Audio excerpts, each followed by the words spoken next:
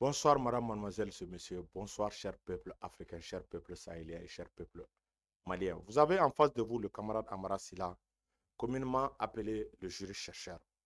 Aujourd'hui, nous sommes le 28 janvier 2025. Nous avons des nouvelles vraiment à vous annoncer. Disons des informations à vous annoncer. Nous allons discuter toujours de la situation en RDC, car ça interpelle la conscience humaine, la conscience africaine. Aujourd'hui, nous avons assisté à des manifestations gigantesques devant l'ambassade de la France, l'ambassade des États-Unis, l'ambassade de la Belgique et l'ambassade du Rwanda.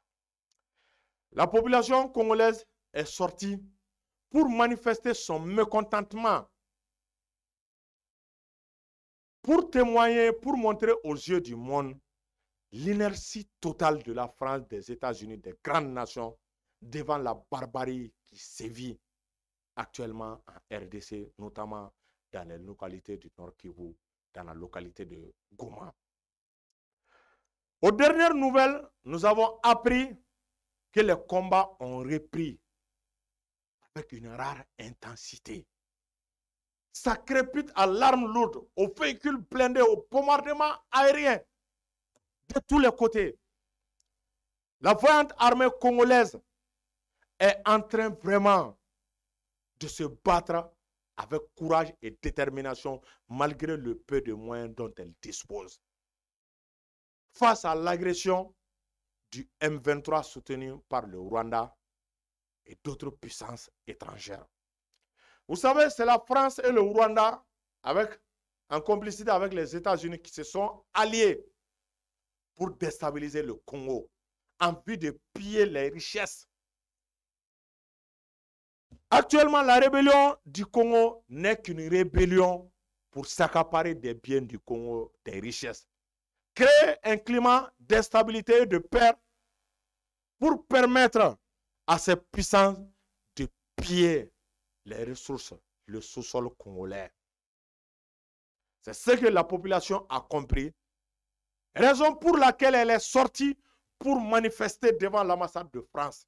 J'ai vu qu'une partie de l'ambassade de France était à feu. Vraiment, moi, personnellement, Amara Silla, je ne suis pas partisan de la violence et je suis contre vraiment la destruction des ambassades parce que ça représente au regard du droit international un bout de territoire d'un État étranger. Mais manifester sans faire usage de la violence, je suis pour. Manifester devant l'ambassade de la France sans y pénétrer, manifester devant l'ambassade des États-Unis sans y pénétrer, manifester devant l'ambassade du Rwanda sans y pénétrer, moi je suis totalement d'accord avec ça. Mais je ne suis pas d'accord avec les actes de violence et de vandalisme dans ces lieux-là. Même si nous sommes énervés, nous sommes frustrés, on ne doit pas commettre vraiment de tels actes parce que c'est contraire au principe du droit international. Le Mali a chassé la France sans pour autant mettre les pieds dans l'ambassade de France. Le Mali a chassé la MINUSMA sans pour autant casser ou brûler le siège des Nations Unies qui se trouve à Bamako à cette époque. Le Mali a chassé les forces internationales sans pour autant y pénétrer dans leur base lorsqu'elles étaient présentes chez nous. Donc, on peut bel et bien faire partir la France, les soldats onusiens, sans rentrer vraiment dans leur base, dans leur camp. Parce qu'en utilisant la violence, c'est ces côtés qui vont mettre en avant et masquer les réalités. Parce que la réalité n'est rien d'autre que... Et ils refusent d'aider le Congo. Ils sont en complicité avec les ennemis qui attaquent le Congo.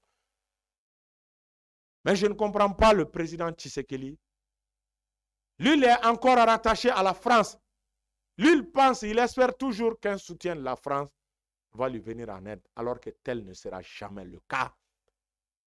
Pourquoi jusqu'à présent, il n'a pas effectué le déplacement en Russie, partir rencontrer Vladimir Poutine personnellement, lui faire part que vous allez chercher les forces internationales, il va vous aider. Je suis sûr qu'à son retour, il reviendra d'office avec des avions de chasse, avec des armes lourdes.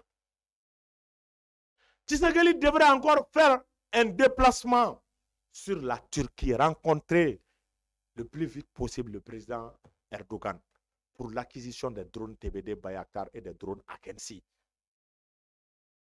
Ces engins volants peuvent considérablement changer le cours de la guerre à là où nous sommes actuellement. Les drones Akensi, son rayon d'action, c'est 7500 km. Imaginez, avec un potentiel de 7500 km, on peut frapper, on peut voir l'ennemi, on peut voir les déplacements. Mais cela faciliterait tellement la tâche à l'armée congolaise, vraiment d'anéantir et d'en finir avec cette rébellion. Car vous savez, un drone est l'équivalent d'un bataillon. Ça permet d'éviter les embuscades. Ça permet d'éviter de pallier au manque d'effectifs. En même temps, d'avoir de l'avance sur l'ennemi et surtout en renseignement. Nous savons tous que les renseignements constituent le nerf de la guerre. Le président Tshisekedi devrait faire un autre déplacement en Chine. Rencontrer le président Xi Jinping pour l'acquisition rapide sans délai des armements pour faire face à cette rébellion. En même temps, j'exhorte le peuple congolais vraiment maintenant à changer de comportement. Vous savez, le Congo est connu en Afrique à travers ses chanteurs, à travers ses danseurs. La notoriété du pays, du Grand Congo sur la scène internationale, cette notoriété est marquée.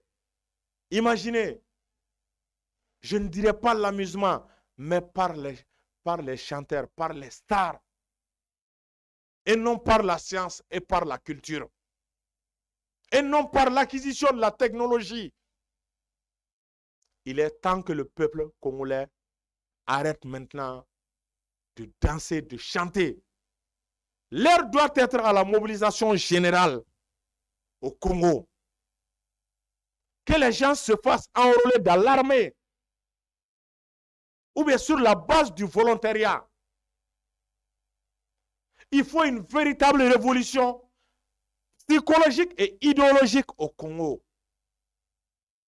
Vous savez tellement que le Congo est immensement riche de ses ressources naturelles. Qu'est-ce que les colonisateurs, les Blancs, ont fait? Ils ont créé un climat propice à l'épanouissement vraiment de la musique. Un climat propice à l'épanouissement de la danse. En un mot, des choses qui n'ont pas d'impact sur le développement économique.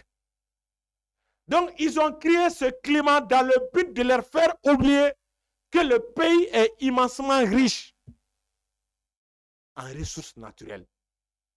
Donc, si vous faites la promotion des chanteurs de la musique, forcément, dans ces pays, il y aura beaucoup plus de boîtes de nuit, il y aura beaucoup plus de chanteurs, il y aura vraiment beaucoup plus de danseurs. C'est vrai, on va oublier les soucis, mais on va oublier que notre sous-sol est riche. On va se concentrer sur des choses qui ne sont pas utiles.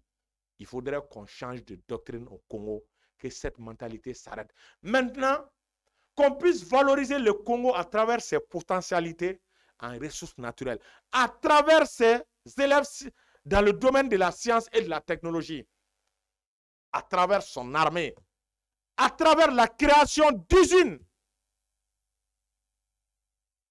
Telle doit être la nouvelle philosophie, la nouvelle doctrine idéologique du peuple congolais. Il est temps qu'ils reprennent leur souveraineté en main. J'ai l'habitude de donner l'exemple du Mali. Vous savez, au Mali, le nord est immensement riche, le centre aussi est immensement riche. Qu'est-ce que les Blancs ont fait au Mali? Ils ont habitué vraiment à voir ces zones-là comme étant des lieux touristiques. Alors que ces zones-là sont des zones immensement riches en ressources naturelles. Comment on peut faire le tourisme là-bas? Normalement, si les Blancs étaient de bonne foi, ils devraient nous aider à exploiter ces endroits-là. Mais au lieu de faire ça, ils ont tout fait pour nous endormir. pour nous amener à penser que ces lieux-là sont des lieux extrêmement touristiques. Mais imaginez comment un blanc peut aimer le Nord plus que nous. Nous qui sommes nés ici, grandis ici. Comment ceux-ci peuvent aimer le Nord mieux que nous? Peuvent aimer Bayangara mieux que nous? C'est impossible. Donc, ils ont créé chez nous, c'est-à-dire un climat de vassalisation. Ils ont créé chez nous un climat d'amusement. Vous allez voir au Mali, si quelqu'un est excellent dans le domaine de la littérature, automatiquement la France se presse pour faire sa promotion dans les radios, et voilà, sur RFI à l'époque et autres, on l'amène en France, on lui donne des bourses. S'il est performant dans la musique, c'est la même chose. Mais vous n'allez jamais voir que la France fasse la promotion d'un Malien qui est extrêmement doué dans le domaine scientifique, que ce soit en maths, que ce soit en mathématiques, en physique, chimie. Ils ne l'ont jamais fait. Mais tout ce qui concerne la culture, l'art, parce que cela permet de créer toujours vraiment un climat de dépendance vis-à-vis d'eux. En temps normal, ces activités n'amènent pas de véritables revenus économiques. Donc, raison pour laquelle ils nous poussent à embrasser la littérature française, la musique, la culture, pour endormir notre esprit et ne pas permettre que nous puissions comprendre que notre avenir se trouve dans les sciences, que notre avenir se trouve dans l'exploitation des ressources minières. Donc, ils font tout pour nous maintenir dans un climat d'amusement. Mais c'est ce qu'on a compris. Nous avons compris maintenant que notre voie n'est rien d'autre pour que nous voulons, si nous voulons réellement que le Mali puisse devenir une grande nation respectable, il faut qu'on investisse dans la recherche de la science et de la technologie. C'est ce qu'on a compris. Il faut que nous investissions dans notre armée. C'est ce qu'on a compris. Il faudrait que le Congo suive le même exemple. Qu'il quitte un peu dans l'amusement, un peu dans la promotion de la musique, pour se concentrer dans le renforcement de la capacité de leur armée, pour se concentrer vraiment dans l'exploitation de leurs ressources minières. C'est grâce à cela que le Congo peut se développer, acquérir la connaissance et acheter des armes pour pouvoir mieux sécuriser leurs frontières. Donc, je conseille vraiment au peuple congolais de se ressaisir. Vraiment, il en est temps. Nous souhaiterons que vraiment que le nom du Congo puisse être vraiment une source de satisfaction, une source de progrès scientifique, une source de révolution industrielle et d'exploitation des ressources. Et non que le Congo puisse être connu vraiment par la voie de la musique ou bien par la voie de la danse. Donc c'est quelques conseils que j'avais à donner à l'endroit du peuple congolais. Je vous remercie. Bonne soirée.